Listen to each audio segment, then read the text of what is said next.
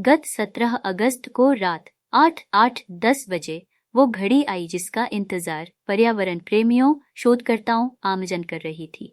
Biggest के study on earth का पहला एपिसोड दुनिया भर के 300 से अधिक यूट्यूब चैनल पर एक साथ लाइव होना था, लेकिन लॉन्च के कुछ ही समय बाद ऐसा भूचाल आया जिसने इस केस स्टडी को वैश्विक सुर्खियों में ला दिया। यूट्यूब ने अपने कंटेंट पॉलिसी उल्लंघन और वायरलेस डेटा का हवाला देते हुए इस एपिसोड पर रोक लगा दी। कई देशों में यह वीडियो बैन कर दिया गया। जिन चैनलों ने इसे प्रसारित किया उन्हें स्ट्राइक का सामना करना पड़ा। यह जानकारी मंगलवार 19 अगस्त को जयपुर में प्रेस वार्ता आयोजित कर सेव अर्थ के फाउंडर संदीप चौधरी ने पत्रकारों को दी। कुछ कंटेंट वायलेंस का भी उन्होंने हवाला दिया और उसमें स्ट्राइक भी आ गई, कुछ कॉपीराइट के भी इश्यूज बताए, लेकिन उसमें ट्रू अलग है। मतलब सच तो सच है, सच को कोई बाहर आने नहीं देना चाहते। कुछ ही घंटों के अंदर जो एक बार स्टार्ट हुआ, मेरे पास स्क्रीनशॉट भी हैं, उन लोगों के कमेंट भी ज़बरदस्त थे कि ऐसी एक्साइटिंग केस स्टडी हमने देखी नहीं है। तो उसके लेके काफ़ी सारे लोग क्यूरियस हैं, मेरे पास कॉल्स भी आए।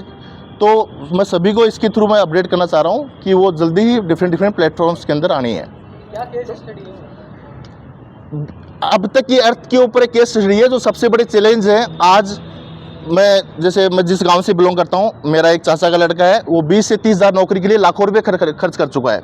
एक मैं इतने स्टार्टअप कर चुका हूं, इतना बड़ा इनकम टैक्स दे चुका हूं। एक मेरा भतीजा है जो तीसरी क्लास में है, जिसका इंडिया का नंबर 1 यूट्यूब चैनल है, व्यूअरशिप में दुनिया का 11वें नंबर का चैनल है। तो थॉट्स के पॉइंट्स हैं कि कहाँ आदमी ब्रेक आता है, कहाँ गैप्स आ रहा है। तो एक मल्टीपल कॉम्बिनेशन, एनवायरनमेंट के चैलेंजेस, हमारी इंसान की लाइफ के चैलेंजेस को लेके, एक सॉल्यूशंस को लेके एक बिगेस्ट केस स्टडी है, जो वो आने के बाद में भारत देश के अंदर मल्टीपल इतिहास रचे जाने हैं। इस टाइप की केस स्टडी है जो आप लोग देखेंगे। दूसरे देशों को लेकर के इस स्टडी में ऐसा क्या है जो दूसरे देशों को आपको लगता है कि उन्होंने आपत्ति है? उनके कुछ इस तरह के पॉइंट्स हैं, वो केस स्टडी में आएगा। वो पॉइंट अभी क्लियर कर देंगे तो उसकी क्रिस्पनेस खत्म हो जाएगा। वो प्रॉपर एक सब्जेक्ट है। पूरा मत बताओ आप, ये अमेरिका क्यों चिढ़ा हुआ है? क्या था आपकी केस स्टडी में, आपने क्या पाया कि क्यों एनवायरनमेंट को अमेरिका से सबसे बड़ी बात तो उस केस स्टडी से एक बड़ा मैसेज आके मल्टीपल लोगों से यूनाइट होने की बात है। यदि वो केस स्टडी आती है तो रियली में भारत देश एक नई दिशा के अंदर जाएगा। बहुत सारे इस तरह के मेजर पॉइंट्स थे, मेजर अचीवमेंट्स थे।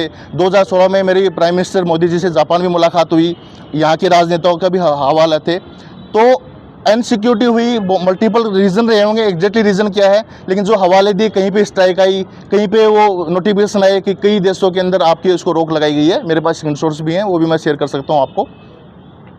कई देशों के अंदर रोक लगाई गई है, तो क्या आपने उस केस स्टडी के अंदर जो ये युद्ध चल रहा है पूरी दुनिया में, उसको लेके भी कहीं कोई चर्चाएं थी क्या? युद्ध का कोई जिक्र नहीं है, युद्ध का कोई जिक्र नहीं है। सबसे बड़ा तो एनवायरनमेंट को लेके ही जो टॉपिक था। कैसे नुकसान हो रहा है, थोड़ा तो आपको बताना पड़ेगा, जब तो खबर। क्या चीज़ बताई आपने उसमें ऐसा कि चिढ़ गए वो लोग? चिड़े तो किस पॉइंट से एग्जैक्टली पता नहीं। मेरे अकॉर्डिंग तो जो सच है, ट्रू पॉइंट्स मैंने रखे हैं कि सच क्या है। अब देखो, डिफरेंट, एक पाकिस्तान का था, चाइना के टॉपिक्स भी हुए, यूएस के भी ठीक ठाक अपने उस टॉपिक्स का, यूनिवर्स किस तरह से वर्क कर रहा है, यूनिवर्स का टॉपिक भी था। और इंडिया में जो हमारी सेवर्थ मिशन ऑर्गेनाइजेशन है, इसमें लाखों लोग यूनाइट हुए हैं।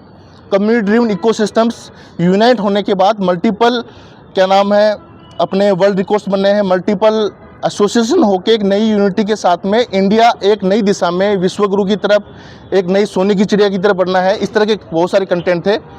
तो यूट्यूब नहीं चाह रहा कि भारत देश के अंदर चीज़ें आएँ, तो अपने पास और मल्टीपल प्लेटफॉर्म्स हैं, उस प्लेटफॉर्म की तरफ लाई जाएगी।